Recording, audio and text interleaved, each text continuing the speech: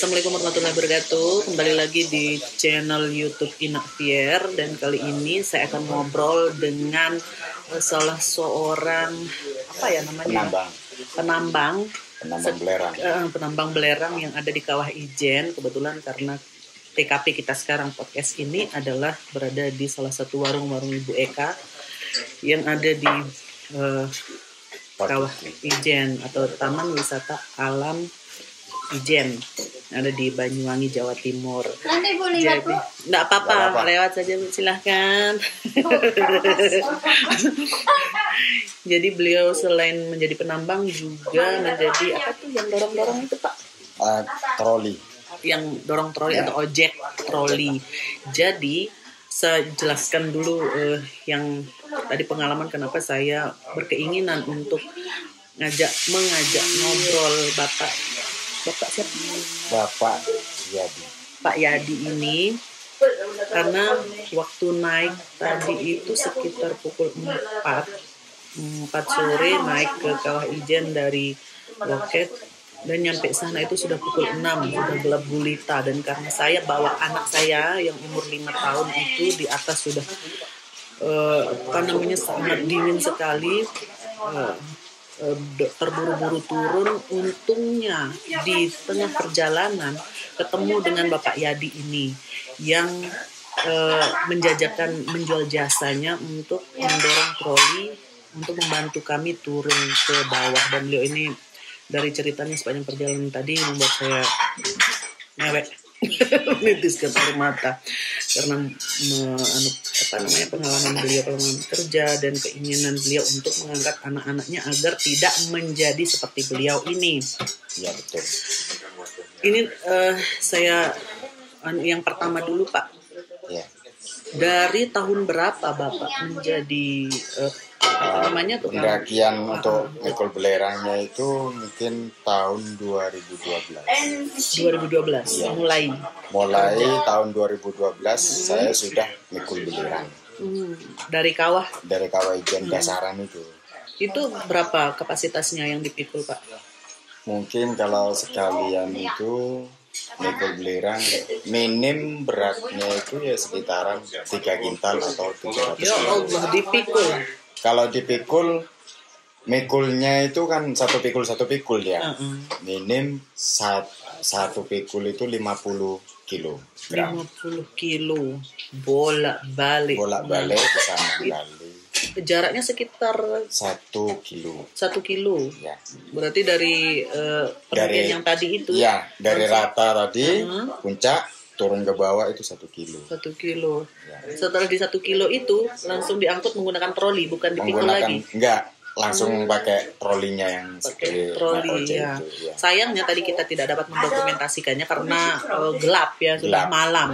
Tadi sudah malam, akhirnya tidak dapat disaksikan. Tapi mungkin sebagian besar para penonton saya yang ada di YouTube ini yang sudah berkali-kali ke Ijen atau mungkin sudah beberapa kali ke Ijen itu sudah tahu bagaimana bentuk troli dan perjuangan bapak-bapak yang menjajakan usaha atau jasanya melalui tukang dorong troli ini.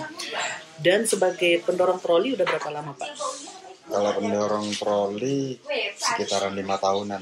Udah 5 tahunan. Ya. Mana yang lebih berat, mendorong troli atau memikul belerang? Kalau sistem mikul belerang sih berat sekali bagi saya. Kalau dorong trolinya kan cuma dari bawah ke atas saja beratnya. Beratnya bawa troli, ya, geret troli itu atau mendorong trolinya. Kalau mikul berat sekali. Masalahnya saya bilang berat itu kena asap. Asap belerangnya itu kan baunya menyengat sama dorongan bau itu. Sekali tadi di atas itu. Itu kalau udah kena asap belerang itu, tenaga kita itu udah agak mengurang, ya lemes dia. Makanya dia itu kalau orang mikul belerang nggak bisa dia jalannya cepat-cepat kan nggak bisa dia, karena pelan-pelan sambil ngimbangin pernapasan kita itu, gitu. Makanya pelan-pelan demi supaya biar nggak terlalu capek atau apa namanya itu ya? Biar tenaga tidak terlalu terkuras. Biar nggak terlalu terkuras. Makanya dia itu kalau mikul belerang cara pelan-pelan alian Bu. Nggak satu kali aja. Oh gitu, dipindah lagi gitu. Dia terlalu capek, mungkin lemes, dialihkan sama yang kiri. Nanti setelah pernapasan kita itu berkurang lagi, nggak kuat, bolak-balik. Dialihkan sama kanan lagi. Jadi bolak-balik kanan sama kiri gitu aja. Ini penghasilan kita berapa untuk Kalau mikul belerang? Mikul belerang itu penghasilannya satu pikul itu mungkin 40.000 atau 50.000. Untuk yang 50 kilo itu ya. Kadang-kadang 50.000 rupiah mengangkut belerang sekali angkut itu nggih? Sekali angkut. Dan kuatnya Bapak berapa kali angkut? 50 kilo. 50 berapa kali bolak-balik? 50 kilo satu pikul. Kadang saya itu bisa 4 pikul. Tapi jangka waktu 1 malam, Bu. Mulai sore. Saya kayak berarti kerjanya tadi. malam ini Pak nggih? Iya, saya belerang. Nggak ada yang dari pagi sampai sore itu nggak ada? Ada, banyak. Mulai pagi jam 6 itu kadang ada sampai kadang-kadang sampai malam. Kadang sampai jam 8 malam. Kenapa pilihnya malam Pak? Padahal malam itu Masya Allah malam dinginnya, itu ya dingin. Dinginnya karena apa ya?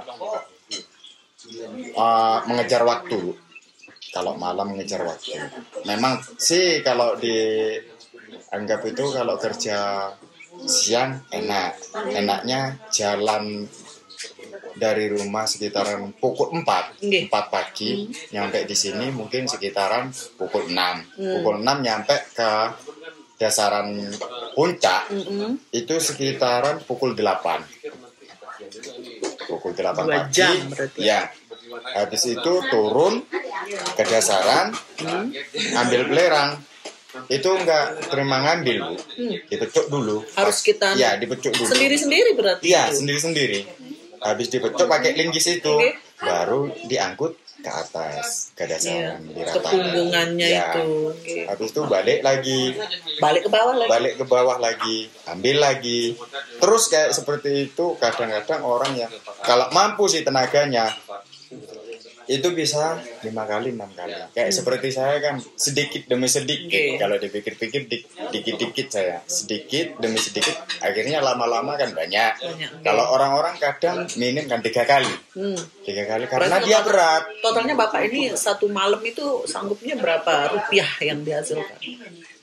Kalau dirupiahkan sekitaran 300 rupiah per malam. Tapi Masya Allah luar biasa perjuangan orang yang menumpukan kehidupannya untuk menambang belerang ini ya, menambang belerang. Padahal harga tidak seberapa lah kita bilang begitu nggih, tapi resikonya besar. 1.250 rupiah. 1.250 untuk 1 kilo. 1 kilonya. Nah, terus kalau untuk yang ngangkat troli ini, tadi saya diangkat sama anak saya. Anak saya 21 kilogram, saya 71 kilo. Itu kapasitas terberat itu berapa untuk 1 troli, Pak? Untuk 1 troli itu biasanya kalau bobot ini maksimal bobot itu kalau pengunjung itu kadang-kadang ada yang 90-an. Kalau turis orang luar lebih berat itu ya. Mungkin 1 kintal 20. Nyampe 1 kintal. Iya. Soalnya dia ada yang gemuk gitu iya, benar-benar. Kadang-kadang dirasakan itu turunnya berat kan ya, mungkin melebihi 1 kintal, ada yang ringan, ada yang berat gitu. Kalau seperti ibu sih, kalau bagi saya itu nggak terlalu berat sih, ya ringan aja, berdua itu ringan aja. Beban hidup saya yang berat. Dan tadi Bapak ini sepanjang perjalanan karena gelap ya, tidak sekaligus untuk menyamarkan ketakutan saya tadi Pak Turun sebenarnya. Saja ngobrol mengupas tentang lika-liku kehidupan dari Bapak Yadi ini. Dan kenapa saya sedih di situ Pak? Karena saya sebagai anak juga kan, Bapak ini punya anak katanya yang ingin meneruskan pekerjaannya, meneruskan pekerjaannya. Kenapa tidak boleh Pak? Untuk menjadi penambang. Karena begini Bu. prinsipnya orang itu kan berbeda-beda ya. Yang dimaksud orang tua kayak seperti saya sendiri anggap saya orang tua karena saya itu kan mempunyai anak. Kalau seperti anak-anak saya nanti kayak hidupnya dia kayak seperti kehidupan saya, itu sangat susah sekali. Satu susah, dua mungkin dalam pekerjaannya berat. Beratnya kayak seperti gimana ya? Kayak itu pekerjaan kasar lah ya, pekerjaan berat. Terlalu kasar, terlalu berat. Karena orang bekerja di Gunung Kawah Ijen ini, itu pemikirannya sudah nggak ada lain pekerjaan. Karena apa? Karena dia itu kerja di sini nggak ada lain pekerjaan selain di Kawah Ijen. Makanya dia itu betah di Gunung Kawah Ijen ini. Tidak ada pilihan. Nggak ada pilihan, satu-satunya pekerjaan. Akhirnya ya kerja di sini, dibetahin aja. Nggak betah gimana? Orang kita kan mau nyangkul, nggak ada sawah di sini. Iya, ya itu memang salah satu dilema hidup lah kita, kalau boleh bilang begitu, karena kita tidak memiliki pilihan. Iya. Nggak ada pilihan lain. Nggak ada pilihan lain. Di sekitar kawasan Ijen ini memang rata-rata dapat dikatakan 90% ya orang-orang menggantungkan hidupnya dari menjadi penambang belerang dan pengangkut troli untuk pengunjung. Dan yang paling berat itu adalah mengangkut mereka ke atas, ya. Ya. Ke atas atau turun? Yang paling berat itu sebenarnya naiknya, Bu. Karena naik kalau membawa pengunjung atau tamu itu, dia itu bukan sendirian atau berdua. Orang bertiga dia. Ada naik yang satu troli. Itu orang 3. Karena naiknya kan sangat tinggi, jauh sekali. Jadi yang di depan yang narik itu orang 2. Yang dorong itu 1 sama yang nyetir itu. Jadi bertiga dia. Harus tarik lagi kayak ditarik. kuda gitu. Tadinya saya pikir ada pakai mesin. Nggak ada, seperti motor yang naik. Nggak ada tapi mesinnya setelah itu. saya melewati rute-rute itu, tidak mungkin mesin bisa naik tanjakan itu. Ternyata mereka inilah yang menggunakan jasanya untuk mengangkut para pengunjung yang ingin mengabadikan momen, ingin mengabadikan pemandangan yang ada di Kawah Ijen itu. Mereka lah inilah yang berjasa. Dan untuk tarifnya untuk 1 kali rute turun naik atau bagaimana penentuan tarifnya? Penentuannya kadang-kadang semampu orangnya, kadang 2 kali bawa troli naik ke atas, kadang bisa 3 kali. Kalau udah nggak mampu kadang sekalian, Bu. Iya. Untuk 1 kali naik? 1 kali naik itu biasanya kalau untuk belerang ya, itu kan berapa? Yang ke 300 kilo sekalian saja. Karena udah terlalu capek naik turun bawa ambil belerangnya itu. Angkut sekalian aja. Kalau balik lagi mungkin terlalu capek, udah nggak kuat. Karena tenaganya itu udah terkuras di Kawah Ijennya itu. Mikulnya. Kalau untuk orang. Kalau untuk orang kadang-kadang bisa. Berapa tarifnya yang berapa kita bayar untuk 1 kali naik menggunakan troli? 1 kali naik itu kadang-kadang kalau normalnya itu biasanya 800, Bu. 800 normal itu. Naik aja atau naik turun itu PP ya. Kalau naiknya aja kadang-kadang 500 atau 600 gitu. Biasanya 500 kadang-kadang ditambahin gitu. Jadi jangan pernah nawar ya, satu hal yang perlu saya tekankan, karena saya yang menjadi penumpangnya tadi, luar biasa. Sayangnya tidak sempat diabadikan. Tapi satu hal yang perlu saya ingatkan kepada para viewers atau para netizen, jangan pernah menawar jasa. Ya, jangan pernah tawar. Misalnya dia bilang 200 atau 300, bayar aja. Kalau ada lebihnya kasih mereka. Kasihan, ada kerjaannya, Masya Allah. Gak ada pilihan lain pekerjaan. Itu aja. Iya. Rencana Pak selamanya bekerja di sini atau bagaimana untuk masa depan? Kalau rencana saya sih mempunyai rencana lain sih. Kalau mungkin di suatu saat besok saya udah nggak kuat atau tua, itu mungkin saya kerja lain. Karena ada masanya, Iya. badan kita juga lemah, Pak. Kalau udah kita nggak kuat, dipaksa-paksain aja, sama aja menyiksa diri sendiri. Iya, ya, iya, seperti itu. Makanya saya itu kan ada rencana lain. Mumpung saya masih muda atau kuat selama kerja di sini, ya saya jalanin aja dulu gitu. Nanti setelah faktor umur saya tua atau udah nggak kuat kerja di sini, baru saya itu cari lain pekerjaan. Dan satu hal, Pak, jangan pernah memberikan keturunan kita pekerjaan yang seperti ini Ya. lagi. Memang berat, Bu, pekerjaannya. Kasihan dengan anak-anak kita ya. Ini tadi makanya aduh sampai dengan air mata sampai turun sambil Semua gitu, Aduh, kadang-kadang ya Allah. ya bertanya-tanya, kadang tanya jawab gitu. Kadang-kadang ada yang pengunjung nangis itu, nggak tega saya Pak, gitu deh. Iya. Ya udah biasa Bu, ngalami kehidupan kayak seperti ini. Iya, iya. Jadi dalam obrolan kita pada malam hari ini satu hal yang menjadi catatan bahwa apapun pekerjaan kita yang penting kita ikhlas ya. Kita harus menerima Satu apapun. keikhlasan. Itu tujuannya untuk satu hal, menghidupi keluarga. Insya Allah dia akan berkah dan mendapatkan rezeki. Ini Amin. tidak peduli loh malam, siang, subuh, tadi malam-malam rela naik untuk menjemput kita karena saya bawa anak kecil tadi itu yang tidak kuat untuk turun dan digendong sama bapaknya. Itu aduh luar biasa. Terima kasih banyak Ya, sama-sama.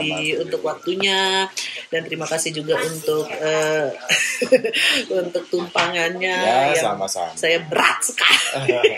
Banyak lemaknya. Enggak terlalu berat kok. Dibandingkan sama orang luar, sama bule itu kadang melebihi 1 kintal Bu beratnya. Ya, dan yakinlah Bapak hanya bertemu saya 1 kali karena tidak ingin lagi. Ya mungkin mudah-mudahan kita panjang umur dan Ya, amin, ya mudahkan Allah. rezeki. Amin, Mungkin ya suatu saat lain kali kapan Bertemu di tempat yang berbeda. ya, kapan tahun mungkin Oke. kesini lagi bisa ketemu lagi sama saya. Bisa ketemu lagi. Pengennya sih balik lagi ke sini Pak, tapi cukuplah sampai warung Bu Eka saja saya. Nggak usah ke atas. Oke, silakan Pak. Jadi sampai di sini dulu ngobrol-ngobrolnya, dan jangan lupa like, komen, dan share video ini kalau berkenan. Jika tidak berkenan silahkan hubungi dokter jika sakit berlanjut ya. Seperti itu. Terima kasih banyak Bapak Ya, sama-sama, atas waktunya. Bu. Terima kasih untuk semuanya, untuk BKSDA dan semua yang telah mengantarkan. Terima kasih banyak. Kami dari keluarga Lombok mengucapkan terima kasih yang sebesar-besarnya. Wassalamualaikum warahmatullahi wabarakatuh.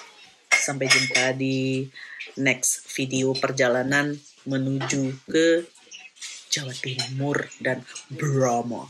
Bye.